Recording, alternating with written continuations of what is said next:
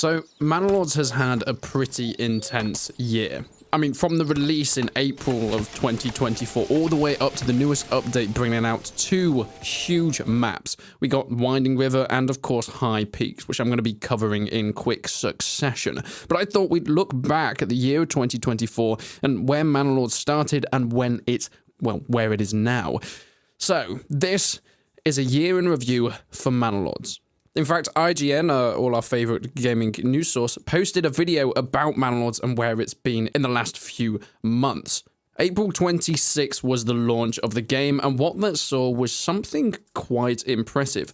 A game that really came from the back of one solo developer. Because there was a huge amount of teasing and a huge amount of hype behind the title, it was kind of a given that it was going to do pretty well. But quite so well, I don't think anybody expected that. In fact, Hooded Horse released an article a few weeks ago from the CEO of Hooded Horse saying that, yeah, we expected it to do all right, but I think it would probably be very egotistical to think that it would do exactly the numbers that it managed to get.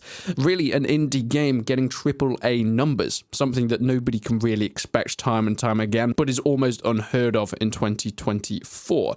But Manorlords released to 172,000 concurrent players. To put that into perspective, Total War Warhammer 3 got 166,000 concurrent players at its absolute peak. In fact, the only Total War game to have beat Manorlords' peak player numbers is Three Kingdoms with 191,000. So yeah, it was a pretty big deal, especially for what was originally a one-man team, later expanding to just a few freelancers. But as it released, it was clear that there was a lot of hype, but not necessarily the substance for the mainstream, as numbers started to die down pretty fast. And by the time June coming around, it settled at a really respectable 17,000 concurrent players. Now, we're not even a year later after its release, and we've pretty much settled around that number, which is more than I think they probably could have expected in the first place. Once we got to around the 10th of May, we started to see some updates starting to come in.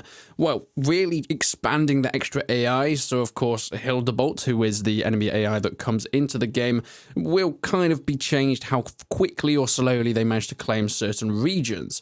There was a lot of bug fixing and of course trading infrastructure that's been added in.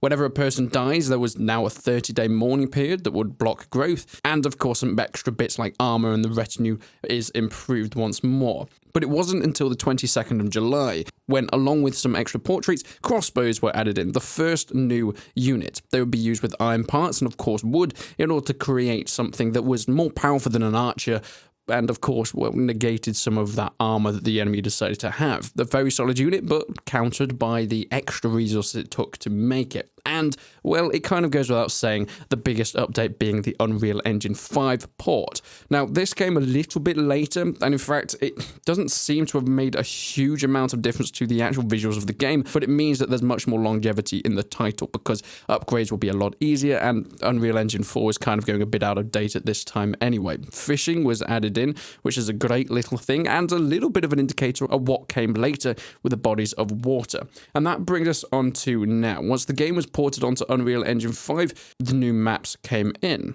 The Winding Rivers map I've made a full breakdown video of, but it's really the Peaks map that I want to talk about today, because, well, I think it's probably visually the more impressive of the two. Once you spawn in, you can see instantly how this is different from everything else that Manorlords has introduced to the game. These peaks are so big, and you're, well, set within this valley. Now, one of the biggest differences you'll notice in terms of gameplay-wise is there's only 4 regions as opposed to the numerous regions that are within, well, the starting map and even the Winding River map.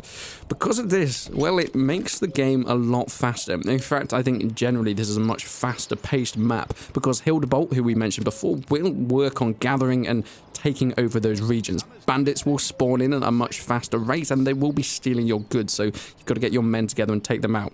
In fact, I actually just sent some lads over before I really trained anyone up, and they just got absolutely slaughtered. However, I do love this map. I mean, visually and aesthetically, it is gorgeous. There are a small little river running through it as well with a ford, which looks really, really nice. And of course, the new fishing ponds with extra things like, oh, something I didn't mention, pigs being added in with salt mines, so you're able to make sausages.